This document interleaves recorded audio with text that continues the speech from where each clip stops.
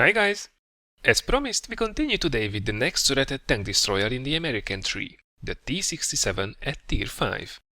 I have to state it upfront that I have very mixed feelings about this machine. From the speedy trio, I struggled the most with this machine and I did not really have a good experience with it. That said, I got the feeling of this playstyle better with the Hellcat a tier higher, so maybe if I would revisit it now it would be different. Either way, this is a very specialized vehicle. Thus, you can pull off some amazing plays with it or you can find it terrible if you don't click with it. Before we discuss the whys, I have two things I wanted to mention. First of all, here is a quick reminder that the gameplay footage stands ready if you want to jump ahead. Just click the timestamps in the description below. Secondly, you probably noticed that I did change the thumbnails for the Funny Moments series. I am not convinced it was a good move and it would be great to know what you are thinking of this. If you have no idea what I'm talking about, check out for example the Funny Moments episode 1 thumbnail and compare it with the thumbnails of any of the later episodes. Any comment will be highly appreciated. Now before diving into the details, this would be probably a good time to see where the T67 stands compared to the M8A1 and the Hellcat. It might sound crazy, but the T67 is actually the quickest of the three. Now of course the Hellcat has a higher top speed, but the T67 has way better acceleration and it has a much easier time getting to its top speed on most of the terrain. This of course is largely due to it being light as a feather and probably armored as such as well. This is the most unforgiving of the three and it will be 1 or 2 shot territory for a lot of the opposition it encounters. The rest is pretty similar, but we will get to the details in a second. So how does it compare against its colleagues at Tier 5? Well, at this level there are also other pretty fast machines, but it is still the only one that can combine this with the flexibility of a turret. It has also pretty similar non-existing armor like the Flak Bus and the Archer. Regarding the gun, well, let's just say that it fits the American line well. No outstanding penetration or alpha damage, but a solid overall performance with an amazing rate of fire. You have to look for weak spots many times and or get into flanking positions, but if you do, you can really smack them about. You pretty much have to be a fast relocating stealthy bastard. Talking about the gun, it has pretty much one gun choice, the top gun, that is the 76mm 80 gun M1A1. As mentioned, the 128mm penetration and the 115 average damage are not amazing, especially when you think about that this machine will get into Tier 7 games as well. However, if you add the rate of fire of 18.75 rounds per minute, you suddenly have a gun that has the highest DPM of its tier, excluding the derp guns of course. Now this is further supported by a very fast aiming time of only 1.7 seconds, however you have to calculate in the relative inaccuracy of the gun at 0.41 meters. Now moving over to protection, as discussed, you are basically covered by paper, and it's not even cardboard. You barely have 21mm in the front of your hull, with 19 on the side and 13 in the back. The turret is barely better, with 25mm of armor in the front and the same 19 on the sides and 13mm in the back. Once again, you can pretty much expect to be penetrated even through your gun mantlet, so priority number 1 should be to avoid getting shot at in the first place. With 360 HP and up to Tier 7 nasties shooting at you, you really are a 1 or at best a 2-shot category for most things you will be up against. And finally, let's have a closer look at mobility. Your top speed of 61 km per hour is number 1 of its tier, and while it's only 3 km per hour faster than what you had in the previous tier, the T67 will feel a whole lot faster thanks to having a powerful engine on a light body. Where it lacks a little bit is the traverse speed, as it only has 32 degrees per second, that is far from great and even less than what you got used to in Tier 4. You have to watch your turning at high speeds, or you will have some pretty embarrassing death by rock scenarios. The turret traverse is exactly the same rubbish 18 degrees what you had last time, so just turn your hull as well if you need to aim quickly. The view range at 370 meters and the signal range at 750 meters are nice, and pretty much expected at this tier as well from the American TDs. So how do you drive this thing? Pretty much the same as the M8A1, only even more carefully as you have next to no room for error with the T67. Get into ambush positions, stay hidden, DPM to death, and then quickly relocate to the next advantageous position.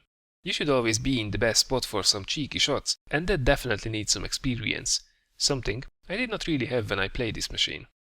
Regarding equipment, you have a rather limited selection of possibilities on this machine, so I did go for gun armor, camo net and optics, but I could see binos working out fine as well.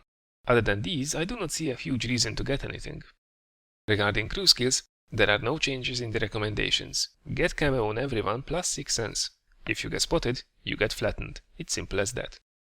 But that's probably enough of me rambling about. Let's embarrass myself and show you some actual gameplay in the T67.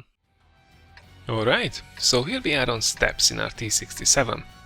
We are top tier, which is always nice.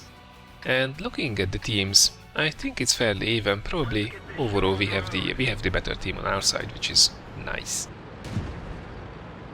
The master plan is to snipe from above, from the usual TD sniping positions, and keep an eye on the map, see how the team distribution goes, on which flank needs some support, as with the speed of the T67, it will be very easy to relocate once it's necessary. So, at the moment, it seems like everybody is zerging down towards the cap circle, as it's encounter. Okay, so that looks that wish, and his wish has been granted. Okay, so right side, the right flank looks pretty weak, so probably we will stay here for the moment. See if there are any more guys coming up.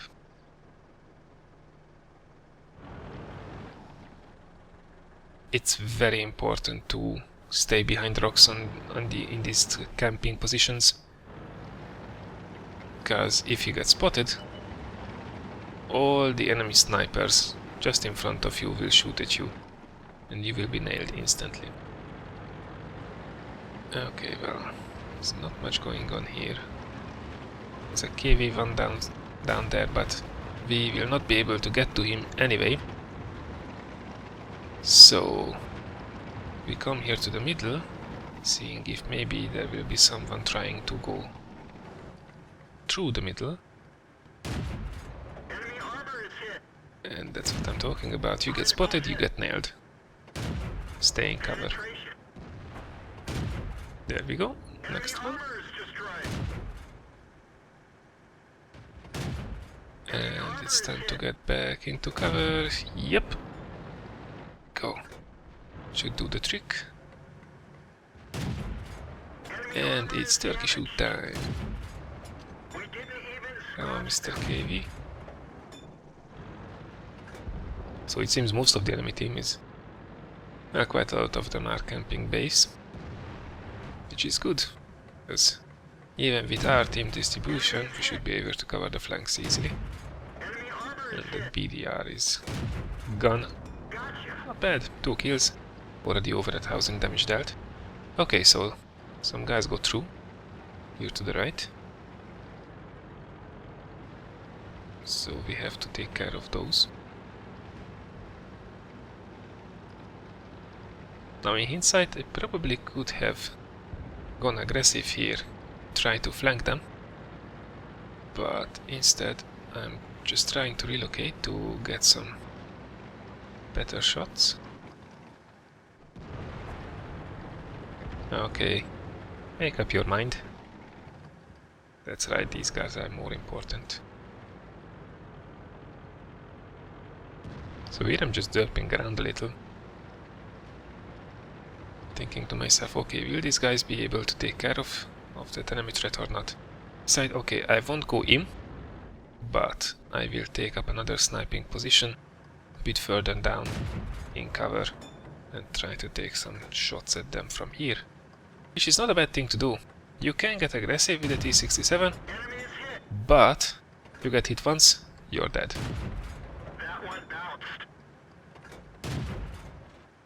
And unfortunately, this KV-1 has both luck on its side, and I mess up a lot of my shots, because he's basically going back to the cap in the open on top, and I can't penetrate him for the love of me. So yeah, your penetration is not amazing, we are quite far away, he's angled somewhat, so no, this won't happen. And if I would be leading enough, that would definitely help as well.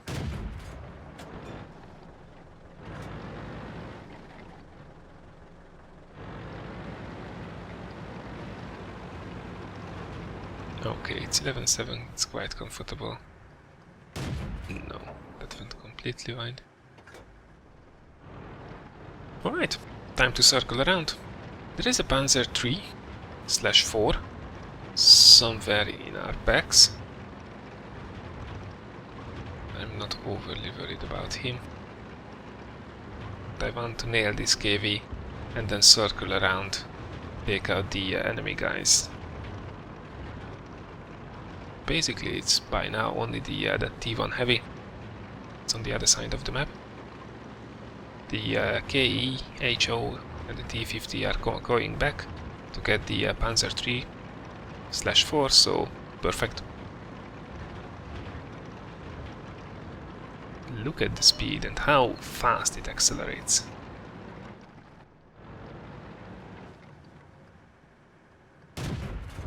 Unfortunate we don't get a shot of that. And look at the acceleration. We're well over 40 now, and well over 50. And now we are hitting 60. That's it. Easy as pie. So where is the T1 Heavy? Oh, there we go.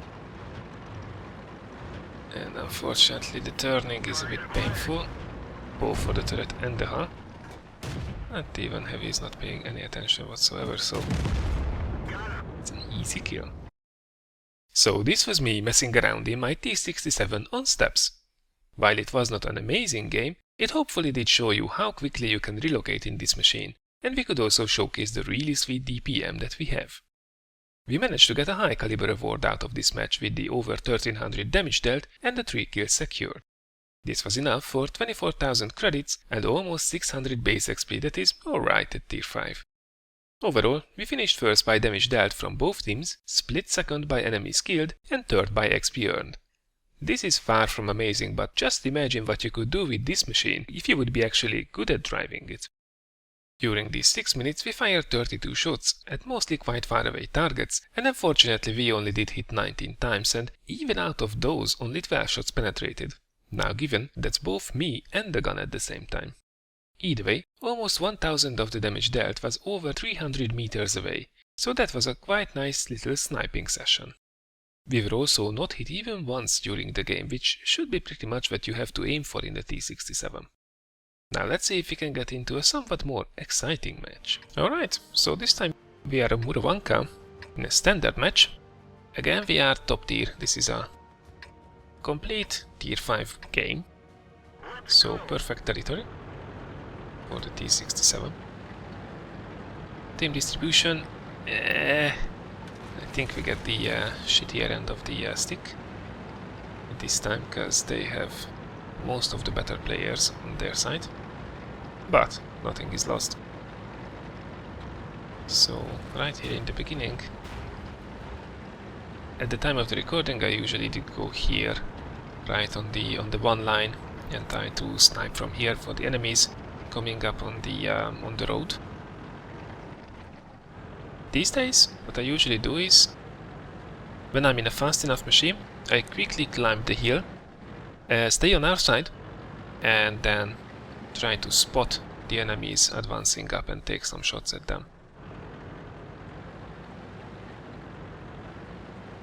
Okay, so T67, you are fast, but you definitely should not run ahead of the team. Let them light the targets up for you. Let them engage the enemy, take their attention. Fortunately we don't get the killing blow on this enemy T67, so quickly back into cover. And even now, I'm way too much forward. Okay, let's see if we can get the shot in the T34. That went somewhere completely different. Okay, that's better. Again, it's not a very accurate gun. 0.41 accuracy is not amazing. Sign of a Matilda, we can take that anytime.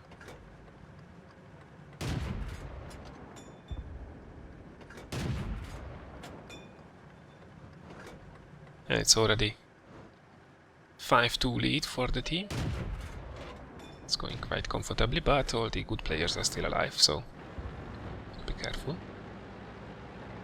Okay, now we can advance together with the team. And try some other shots in. Okay, so that Matilda is doomed. And sentenced.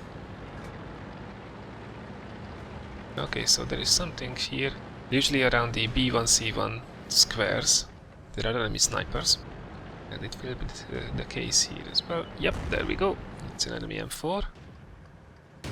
Good shot. That was missed. We have to be careful if we get lit up. They will take us apart. Okay, Crusader. Up top. We get one shot into him. So in hindsight, this would be a perfect opportunity to circle around, use the speed of the T67 and get flanking shots from the other side on these KV-1s. But no. I decide to go from this side, which is not good because again I'm here in the front line, which is less than ideal. Way too ahead for this squishy thing. Okay, at least I wait behind this bush, wait for M4 to pop up again. There we go. And now I should actually reverse to 8. I'm spotted for sure. And I'm taking shots. Yes. Now quickly, we need to get out. Out of the way. From harm's way.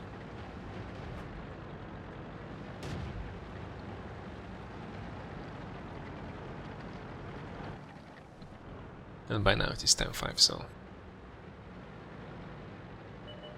pretty much settled for this match. Okay, yes. Side shot. And unfortunately we missed that one. Okay, Panzer 4H. That's a better shot. Good shots. Ooh, and he gets a shot into us, which is quite unfortunate. Oops, here is the Crusader. I try to circle him, but yeah, that's how much it takes. It's not much. Even if they sneeze at you, you are pretty much dead. But 1500 damage, 3 kills. I guess it could have been worse. And now so the only question is to nail this Stug 3G, which is a camping base in the back. And you are so screwed, son. And then there is somewhere a Wolverine, deep in hiding. Oh, and he's capping on the enemy base, so he did actually sneak over. But this game is done. So we won't wait for the end result. Basically, it's we are capping out. Some guys are going back, but they don't get back in time, so another win in the T67. So that was Murovanka this time in the T67. Still not amazing, but this time we managed to get a high caliber award out of it with over 1500 damage dealt and 3 kills claimed, so overall it was alright. For our efforts, we got 31,500 credits and 767 base XP, allowing us to take first place by all main factors: damage dealt, kills scored, and base XP earned. Our aiming was a bit better this time, as we scored 16 hits out of the 23 shots fired, and all but one of those did actually penetrate as well. Once again, we did stay behind to snipe, and over 1100 of the damage dealt was actually from a distance of over 300 meters away. Not surprisingly, we did not manage to bounce any of the shots received, and in 3 quick hits we were history. That's exactly why you shouldn't get hit in the first place in the T67. So this was my little review for Mr. Speed. I hope you guys did enjoy it. If you like fast machines with a bite, give it a try. There are many players out there doing some absolute magic in this thing. Next up, it's something different so you don't get bored of the reviews. I'm writing a little summary of my thoughts on XVM, and it would be interesting to see how you guys are viewing these things as well. After that, we will have a look at the cat with the largest claws, the infamous Hellcat. A machine I did enjoy a whole lot more, even though I was really afraid of it at first coming from the T67. And in the meantime, I'm playing my arties like crazy, so expect some new SPG content as well in the near future. Take care guys, and I hope to see you soon in one of the next videos.